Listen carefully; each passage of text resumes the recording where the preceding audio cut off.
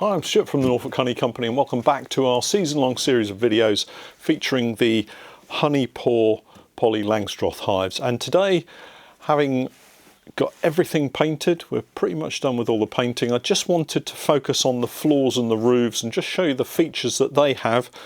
We've got two different types of floor, two different types of roof, and they've got some really interesting features which I think are really well thought through, and I'd just like to share that with you before we finally fill them with some frames and get them out onto the first crop of the year, which is for us going to be some oilseed rape. So these two hives have got exactly the same brood bodies on, but you can see there's a slight difference in size. So what I'll do is I'll break them both down and we'll have a look at the floors initially, and I'll just go through the features of the floors and then we'll put them back together again and I'll show you the features for the roofs. Looking at the floors, we've got two different types. One is just their standard mesh floor, and again, all polystyrene. They come with a entrance slot, goes into the front, and this is an improvement on the previous floor that they had. You can see that it's got a mesh in the bottom. That currently isn't fitted in, but all we have to do is to pop some silicone around the edge of the recess in the bottom, and then that pushes in quite nicely. You can see we haven't bothered to paint the inside. If I turn it over, you can see that we've got a slot where we can push in a Varroa board. That also acts to seal the floor, so that should we want to do any oxalic acid sublimation treatments, the sublimated vapour isn't going to just pour out at the bottom of the floor. So that's quite a useful point as well. The footprint of it is exactly right for the brood boxes, as is the footprint on the ventilated floor, which is one I'll talk about in a moment. And it's a really good, strong construction. It's got really good brace sections in it to make it a really sturdy floor, and it works really well. The ventilated floor is a more sophisticated floor, really. We have it set up with exactly the same entrance. You can see that it's got more of a landing board area. This little channel at the front here allows any rainwater to run away out the front. But the main difference with this one is that it has a removable floor. So the floor that's in it at the moment can be withdrawn. So if I push that back in, let's move this floor. So imagine that we've got the hive set up and we wanted to change the configuration in the floor. We can slide this out without having to go into the floor, turn it over and push it back in again without removing the brood body itself. And then it simply slides back in, slots into position at the back. One little tip I would suggest is that because they're so well fitted, polystyrene against polystyrene is quite a difficult thing to manoeuvre against itself. So if you just put some petroleum jelly or Vaseline where the two touch, it actually makes it easier to slide it in and put it into position.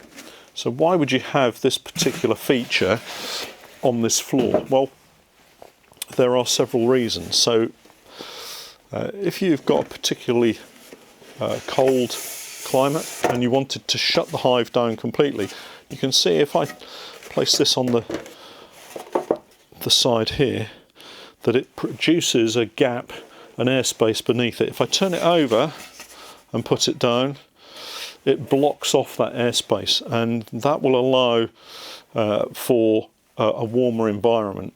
Likewise, if you've got a particularly hot summer and you wanted to give added ventilation, you could turn it over, and that then provides for extra ventilation to come through. So if I slide it in at the back, all of this can be done without disturbing the bees on top. So you can get into the floor itself when you've got the brood box on top and make that change, and it works really well.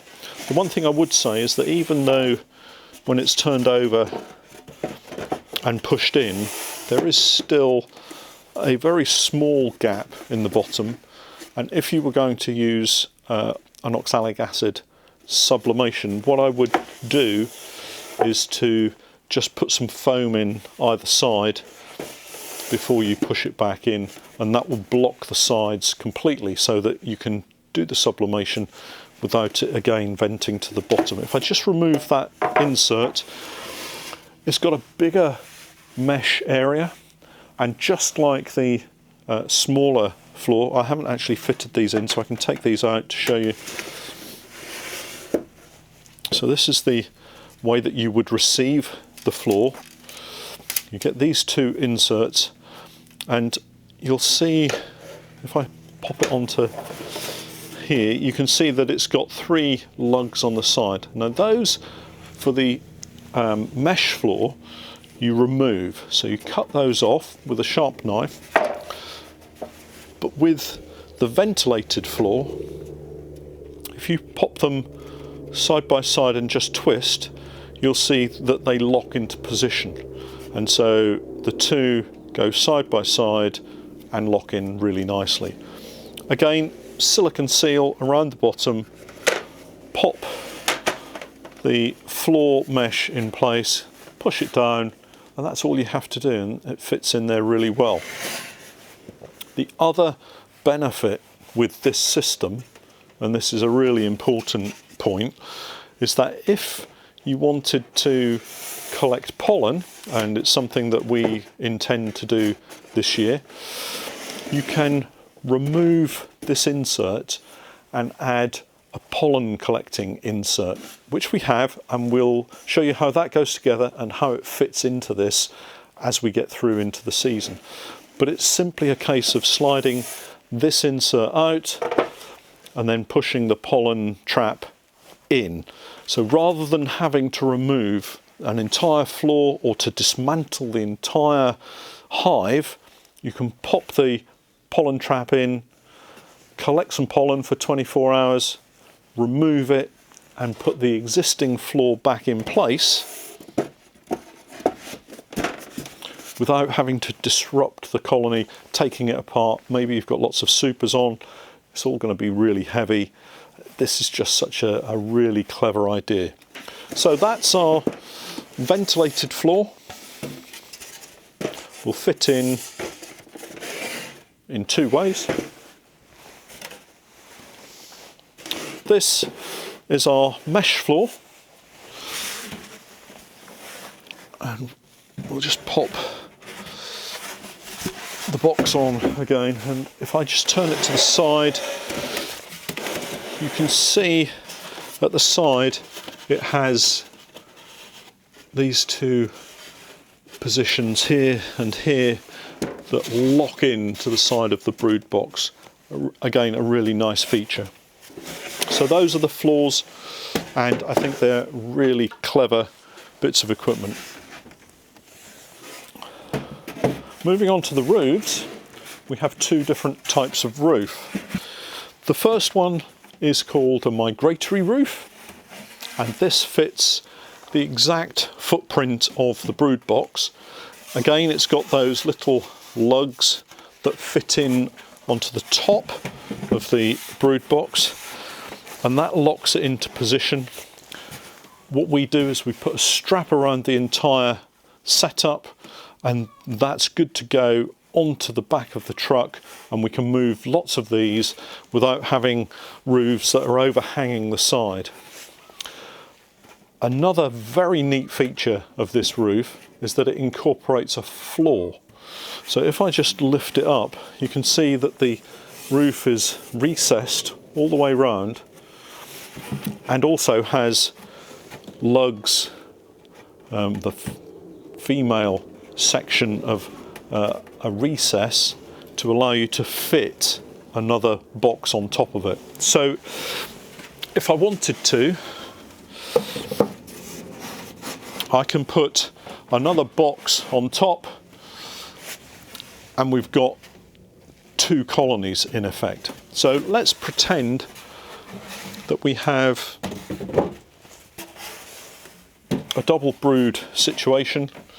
We've built this colony up to the point that we want to split it, but we don't have the room to move boxes around, and we want to split it in situ. All we have to do is to remove the existing roof, pop a roof onto the bottom brood box, and we can turn the entrance around so that it's pointing in the other direction. So now we have our main entrance at the front, and we create a secondary entrance at the top.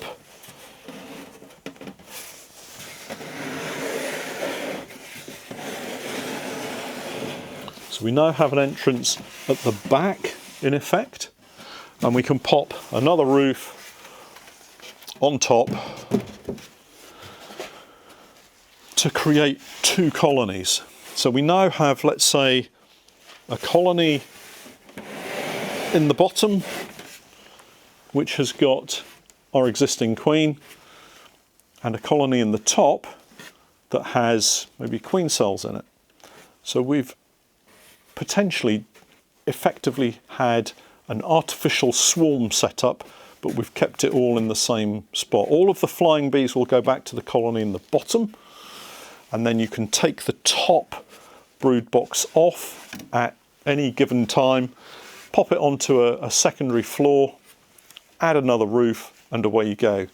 And you can, if you wanted to, continue to build up, because all of the roofs have that floor facility in them. So if we now move on to the second roof,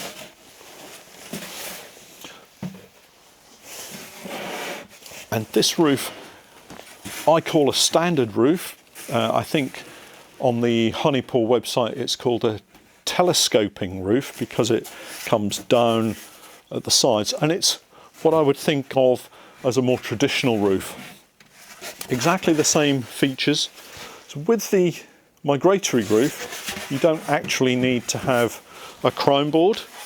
So this would be in direct contact with the bees, so you wouldn't have a crown board fitted to this particular roof. Whereas this one, you would have a cover board or a crown board on top. As you can see, we've got this little recess where the roof sits down over the side of the brood box, and it's pretty much a traditional style roof. The added benefit, of course, is that they're really light. Although they're a really dense material, it's a very light material. Whereas some of the roofs that I've got, some of the wooden roofs with galvanised tin tops, are really, really heavy. So the combined weight of this is really light compared with some of the wooden hives that I've got. Again, this roof has the floor feature, so we can again look to split our colony. Let's say we spin it round, put the entrance at the back, and we'll show you this in action when we get them out onto the apiary sites for the summer. So we've now split the colony, we've got an entrance at the front, I've got an entrance at the back here, and again we can pop another roof on top, creating 2 colonies ready to be split. So there we have it. We've got 2 different types of floor, 2 different types of roof. The combination of these hives, I think, works really, really well. I'm really impressed with the way that Honey Paw have thought this through. The way the colonies can be kept and manipulated in them is fantastic, and we've already used these for a couple of seasons, and get on really well with them, and I'm really looking forward to getting these out into the apiary to show you the hives in action and how you can use these features to help with the beekeeping that you're performing through the season. My thanks to Honey Paw Hives for supplying all of this fantastic equipment to enable us to produce these videos this season. And if you're interested in looking further at the products, then I'll put links in the description below. One to the Honey Paw website themselves, but if you're here in the UK, then all of these hives are available on the Modern Beekeeping website. I'll put links to their products in the description as well. If you've got any questions, then please do drop me a message via my website, and I'll endeavour to answer those questions as quickly as I can. Next up, we'll be putting some frames together and getting foundation into those frames and strapping all of the hives together and getting them out into the apiary ready for the season. So please do join us for then. But until next time, thanks for watching.